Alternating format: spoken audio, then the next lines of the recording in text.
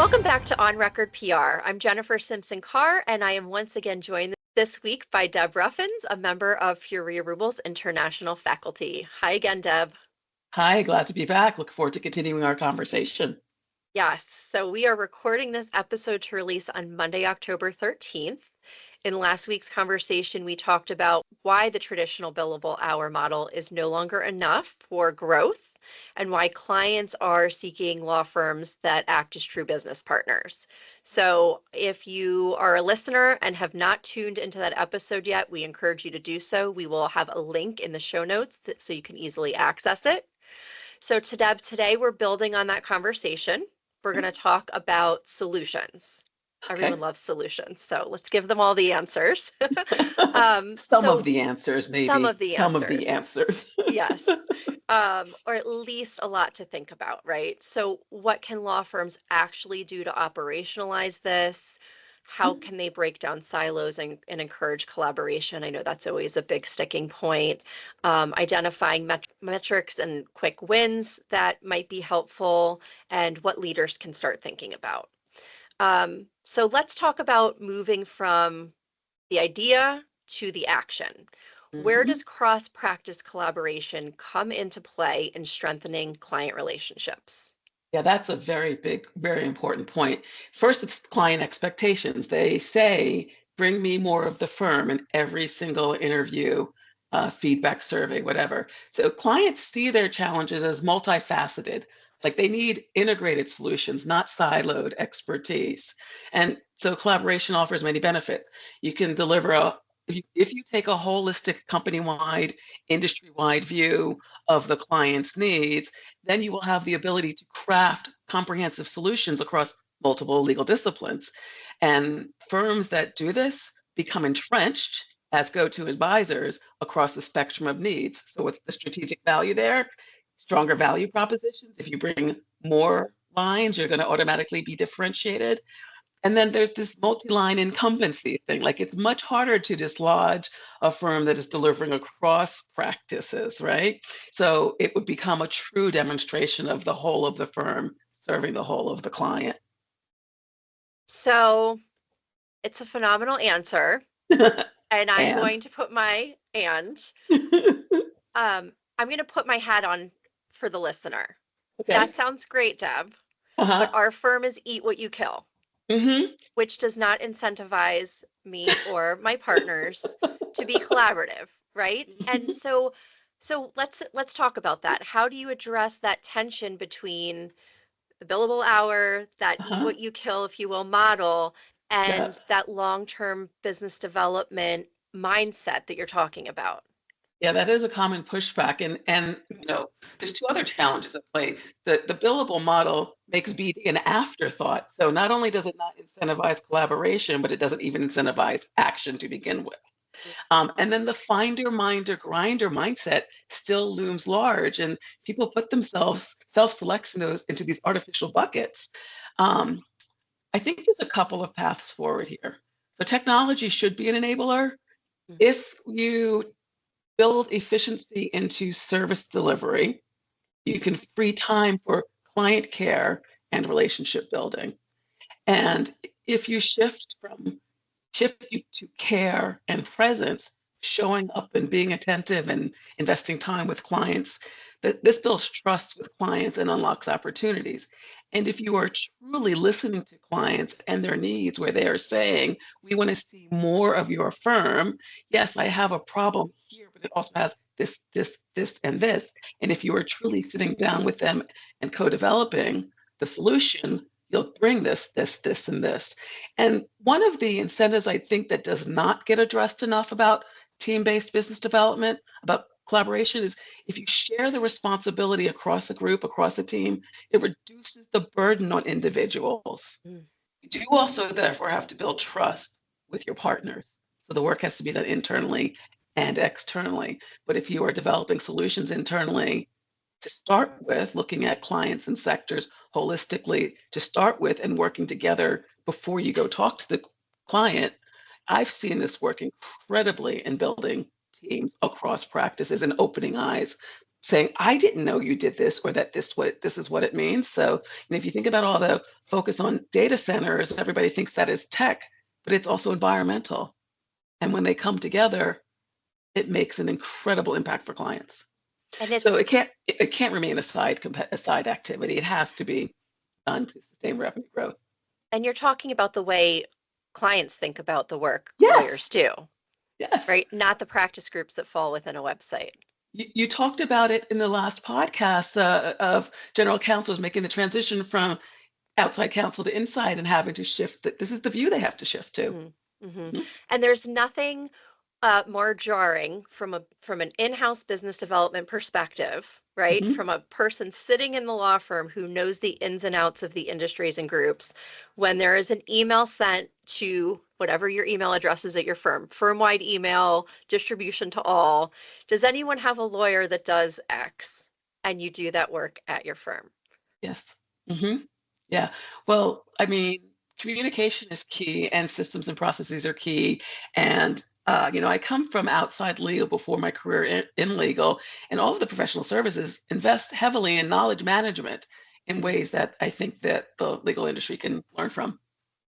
So let's talk about leadership's role in all of this. What role should firm leadership play in modeling and rewarding this type of work? Well, first, model the behavior. It's in the question, right? If leaders aren't good rainmakers, highlight those who are. Highlight people who perform the behavior of business development. So communicate success. Share stories of BD wins, of BD best practices. Share them, and also set the expectation that lawyers have a responsibility to go out and generate revenue in teams in this ways. And then the piece that I have seen is often missing is accountability. So hold practice sector and client office, however you go to market, however your structure, hold those leaders responsible for driving business development activity. And what I mean practically here is leaders should act as sales managers, coaching lawyers on pipeline, client conversations, and opportunity development. Reward and recognition systems, they should reflect the BD contributions, not just the hours billed, but that's a different hill, and that's not one I'm going to die on. I think the behavior-based leadership piece is key.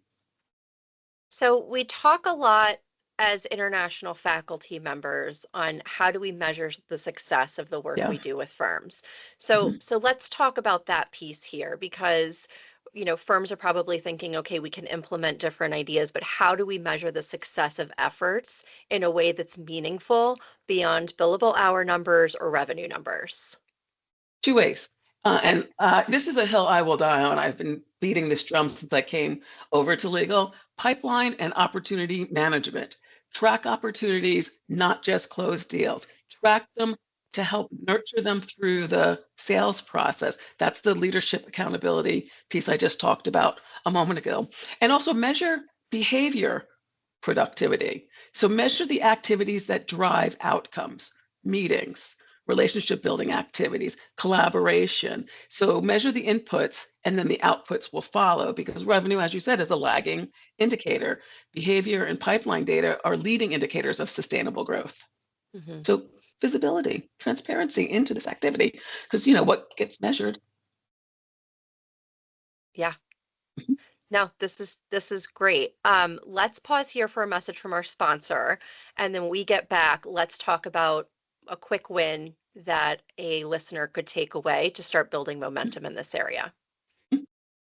This episode is brought to you by Furia Rubel Communications, a public relations and marketing agency serving law firms and businesses worldwide.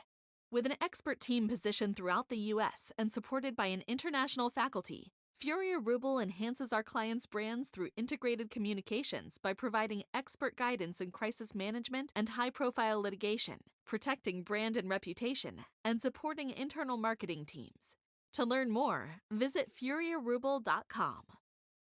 Deb, we're back from our sponsor message. So I want to finish with one quick win a firm could implement in the next, I don't know, before the end of the year, right? December 31st, you have the last quarter of the year, and you want to start building momentum in this area. What's a quick win? Start tracking opportunities. No surprise that I would say this. It works because it creates visibility and accountability. It Mhm. also generates momentum by shifting the focus from the reactive to the proactive, to the things that are in the lawyer's controls. You can make that call, set that meeting, send that thought leadership, write that LinkedIn post. And as I said, what gets measured gets acted on. Opportunity tracking is the first step toward discipline growth. Such a great idea. And I'm sure many of us have ways that we've been able to incentivize attorneys, but something that comes to mind is gamifying. Yes, There was a deal it's, tracker at my last firm that we really wanted people to populate because we yeah, needed this information to go out and win new business, yep. and for rankings and awards and all of those things. But are there specific things that you've seen or that you've implemented, like gamifying, that rewards people or makes attorneys feel like it's exciting and fun and collaborative or competitive? Well, competitive and collaborative, like flip sides of the same coins, and lawyers love to be visibly leading. So yes, leaderboards are great. I have Okay. have people do like horse race leaderboards or car race leaderboards. You don't have to be that sophisticated. You could just keep a, like a okay, I'm old enough to have been going into the office every day. I know this is not really what people do Same. now, so maybe figure out a way to do it online, but just have a whiteboard for your team, your practice group, your area of responsibility, and list the names and list the number of opportunities and put it out there. Let people Mhm. see as they walk by, hey, Joe is doing that, but Jill is really killing it, right? And that will help people. You know, contests are good, but sitting down one-on-one with the lawyers to go through their opportunities trumps everything. That's the thing I've seen work best. And if you create teams effectively, do the same thing. Mm, that's great advice. Well, thank you so much for joining me again this week. I've really learned a lot from our conversations, and I always enjoy seeing you and speaking with you. So, for our listeners, please consider sharing this episode with a friend or colleague that might find it interesting. If you've enjoyed these episodes, please consider leaving a review. It helps us be found on all of the platforms, and continue to send your great feedback to us at podcast@onrecordpr.com. Deb, thank you again for two really insightful and very fun conversations. I appreciate your time. It's been my pleasure. Thank you. On Record PR is produced by Jennifer Simpson Carr and Matt Henderson, with support from the team at Furia Rubel Communications. This episode is edited by Isabel Horan and Christian Yamula. Visit www.onrecordpr.com for resources and more information.